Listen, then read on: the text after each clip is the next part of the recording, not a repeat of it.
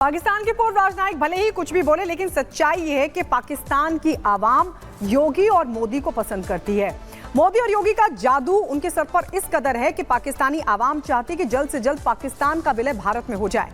यानी जो 1947 में गलती की थी उसको पाकिस्तानी आवाम चाहती कि जल्द से जल्द सुधार लिया जाए और भारत में विलय कर दिया जाए ताकि उनकी जिंदगी भी सुधर सके। रिपोर्ट देखिए क्या कह रही है पाकिस्तानी आवाम। अंग्रेजों ने क्या किया? अंग्रेजों ने बड़े सगीर को अलग किया। बड़े सगीर में कौन कौन थे? आज का बांग्लादेश, पाकिस्तान और हिंदुस्तान सारे एक ही था। अंग्रेज एक नहीं मरा, हम तो आपस में नस्ल मर रही है ना। एक तो हिंदुओं के साथ हिंदू कौन थे?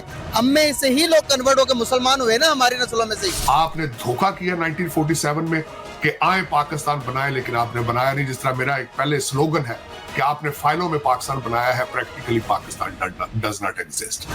यही प्रधानमंत्री मोदी और सीएम योगी का जलवा है जो पाकिस्तानियों के सिर पर चढ़कर बोलता है। हिंदुस्तान के अखंड भारत का जो सपना देखा गया, उस सपने का समर्थन पाकिस्तान की ये आवाम कर रही है। कह रही है कि पाकिस्तान को भारत से अलग अंग्रेजों ने किया है। दरार पैदा करने का काम अंग्रेजों ने किया, लेकिन अब भारत के साथ आगे बढ़ना है। अंग्रेजों ने क्या किया? अंग्रेजों ने बड़े सगीर को अलग किया। बड़े सगीर में कौन कौन थे? आज का बांग्लादेश, पाकिस्तान और हिंदुस्तान सारे एक ही था। अंग्रेज एक नहीं मरा, हम तो आपस में नस्ल मर रही है ना। एक तो हिंदुओं के साथ हिंदू कौन थे? हम में से ही ये जो बड़े सगीर था, यहाँ पर हम सारे इकट्ठे रहते थे ना। हमने मुल्क अलग लिया, तो आज नफरतें क्यों है इतनी ज्यादा? आज वो अलग, हम अलग। कोई भी हम कहते कि नहीं हमारे वो मतलब कि हमारी जड़ें, हम किसी को बता ही नहीं सकते कि हम कहाँ से हैं। बात ये कि देखें, अगर नफरतों की बात करते हैं तो नफरतों की रीजंस बहुत सारी हैं। जी जी, थोड़ा इस तरफ आएंगे। सियासी मामलात भी हैं, मजहबी मामलात भी हैं, जी जी, थोड़ा इस तरफ, माशी मामलात भी हैं, ठीक है ना जी जी, और रूहानी मामलात भी, बहुत सारे मामलात।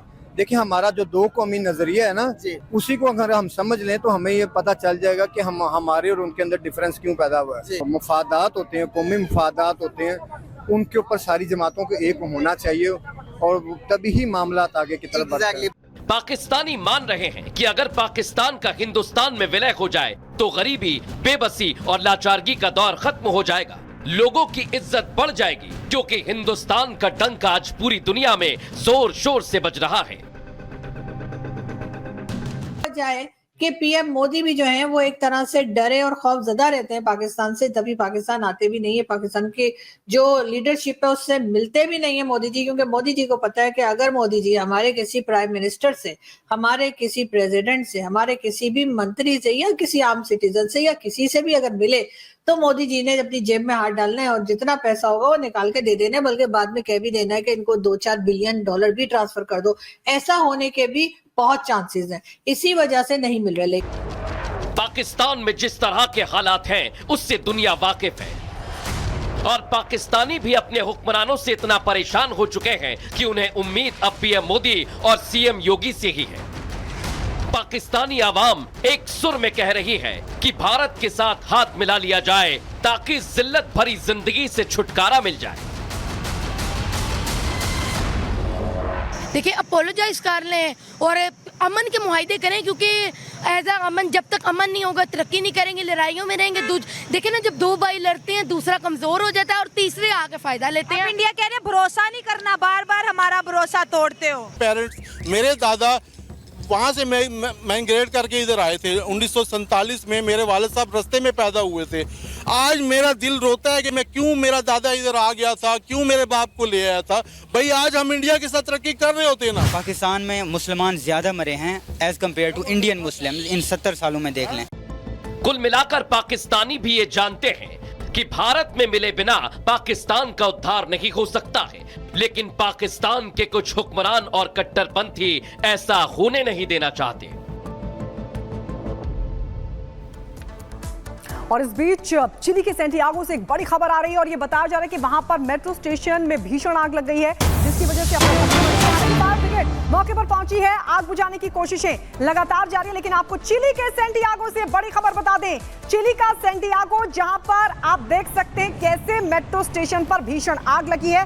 एस्क्वेला मिलिटर मेट्रो स्टेशन की तस्वीरें आपके सामने, जहां पर भीषण आग लगी है और इसकी वजह से अफरा तफरी मच गई। आप देखिए, मेट्रो से ये काले धुएं का गुबार उठता हुआ दिखाई दिया। किस वजह से आग लगी ये अभी तक साफ नहीं हो सका है, लेकिन बताया जा रहा है कि जबरदस्ती आग, जिसके बाद अफरा तफरी मच गई। क्या कुछ नुकसान भी हुआ हुआ है ये अभी तक जानकारी नहीं मिल पाई, लेकिन आग की लपटों को आप देखकर अंदाजा लगा सकते हैं कि ये मेट्रो स्टेशन पर आग कितनी भीषण लगी है। आसपास गाड़ियां भी खड़ी आपको नजर आ रही होंगी, लेकिन अंदर आग की लपटें जबरदस्त तरीके से। फायर ब्रिगेड मौके पर मौजूद है और आग बुझाने की कोशिश की जा रही है। चिली के एस्कुएला मिलिटर मेट्रो स्टेशन की तस्वीरें हम आपको दिखा रहे हैं, जहां पर मेट्रो स्टेशन पर भीषण आग लग गई।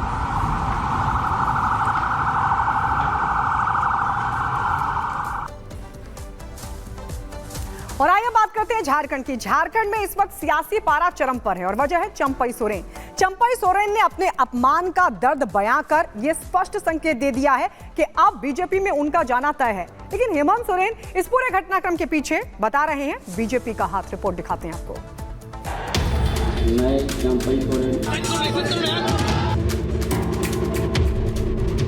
हम जहाँ पर है वहीं पर है, हम जहाँ पर है वहीं पर है। झारखंड के पूर्व मुख्यमंत्री चंपई सोरेन का ये वो बयान है जो उन्होंने दिल्ली पहुंचने के बाद दिया है। कहते हैं सियासत में किसी बयान का कोई मतलब नहीं होता है।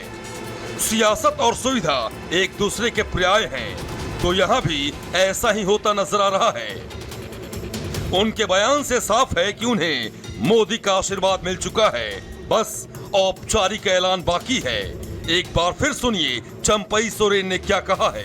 हम जहाँ पर है वहीं पर है, हम जहाँ पर है वहीं पर है। चंपई सोरेन के इस बयान का सीधा मतलब है कि जब तक हूँ तब तक हूँ। अब चंपई सोरेन कब तक झारखंड मुक्ति मोर्चा में हैं, वही बता सकते हैं। लेकिन झारखंड में खेला हो गया है। झारखंड मुक्ति मोर्चा के दिग्गज नेता बीजेपी के दरवाजे पर पहुंच गए हैं। मैया जुजाना किसने अनाउंस किया?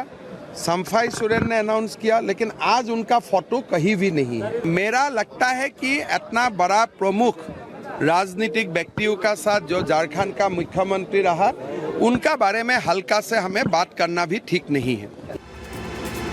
जेएमएम में खेला हो चुका है, इसका एहसास हेमंत सोरेन को हो गया है। लिहाजा हेमंत सोरेन चंपई सोरेन पर भी हमला बोल रहे हैं और बीजेपी को भी कोस रहे हैं। तो पलटवार बीजेपी ने भी किया है।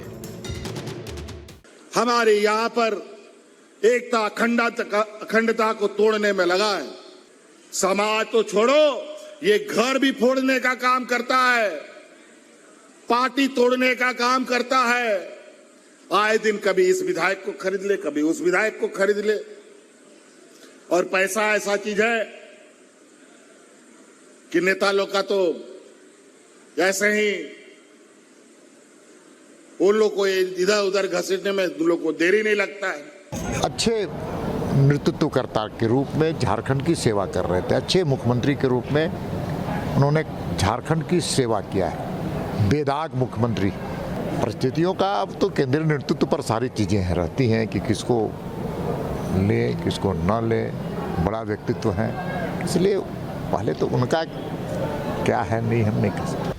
चंपई सोरेन को लेकर जीतन राम मांझी ने तो एक्स पर पोस्ट कर दिया है। एक्स पर मांझी ने लिखा कि एनडीए परिवार में आपका स्वागत है। चंपई दा, आप टाइगर थे और टाइगर ही रहेंगे। तो क्या विधानसभा चुनाव से पहले हेमंत सोरेन को बड़ा झटका लगने वाला है? इस बात के कयास इसलिए भी लगाए जा रहे हैं क्योंकि चंपई सोरेन ने बागी तेवर अख्तियार कर लिया है। झारखंड से असम, असम से पश्चिम बंगाल और पश्चिम बंगाल से दिल्ली पहुंचे चंपई सोरेन ने साफ कर दिया है कि उनका अपमान हुआ है, उनका तिरस्कार किया गया है। अब तो वो नई राह चुनने के लिए आजाद हैं। इधर चंपई सोरेन के पाला बदलने की आशंकाओं के साथ ही बीजेपी और कांग्रेस के बीच आरोप प्रत्यारोप का दौर भी शुरू हो गया है। उन्होंने अपने वक्तव्य में कहा है कि मैं दिल्ली निजी काम से आया हूं अपनी बेटी से मिलने के लिए, तो उससे ज्यादा और सच्चाई क्या हो सकती है? उन्होंने तो अपना बयान दे ही दिया है, अटकल की बातें नहीं है उस पर। उनका कोई भी इस तरह से बयान नहीं आया है कि वे दूसरी पार्टी में जा रहे हैं। हम लोग जानते हैं कि चंपई सोरेन जी जेएमएम के बहुत ही पुराने अनुभवी और समर्पित रहे हैं। तरीके से चंपई सोरेन जी के साथ नाइंसाफी हुई है झारखंड मुक्ति मोर्चा के भीतर। वो बहुत कद्दावर नेता है, बहुत पुराने नेता हैं, शिबू सोरेन जी के समकक्ष हैं और उनके पुत्र हेमंत सोरेन ने उनको बेइज्जत करने में कोई कसर नहीं छोड़ी। और जब बेल पर हेमंत सोरेन बाहर निकले, दोष मुक्त नहीं हुए, सिर्फ बेल पर निकले, तो उन्होंने चंपई सोरेन जी को बहुत ही अपमानजनक तरीके से सिंहासन से हटा दिया, मुख्यमंत्री पद से हटा दिया। तो क्या साहब, कोई आदिवासी सोरेन परिवार के बाहर उसकी कोई इज्जत नहीं होती? बहरहाल अगर वो इच्छा व्यक्त करते हैं ज्वाइन करने की, और अगर वो व्यक्त करते हैं, तो इस पर हमारा प्रदेश और केंद्रीय नेतृत्व ही फाइनल निर्णय लेता है।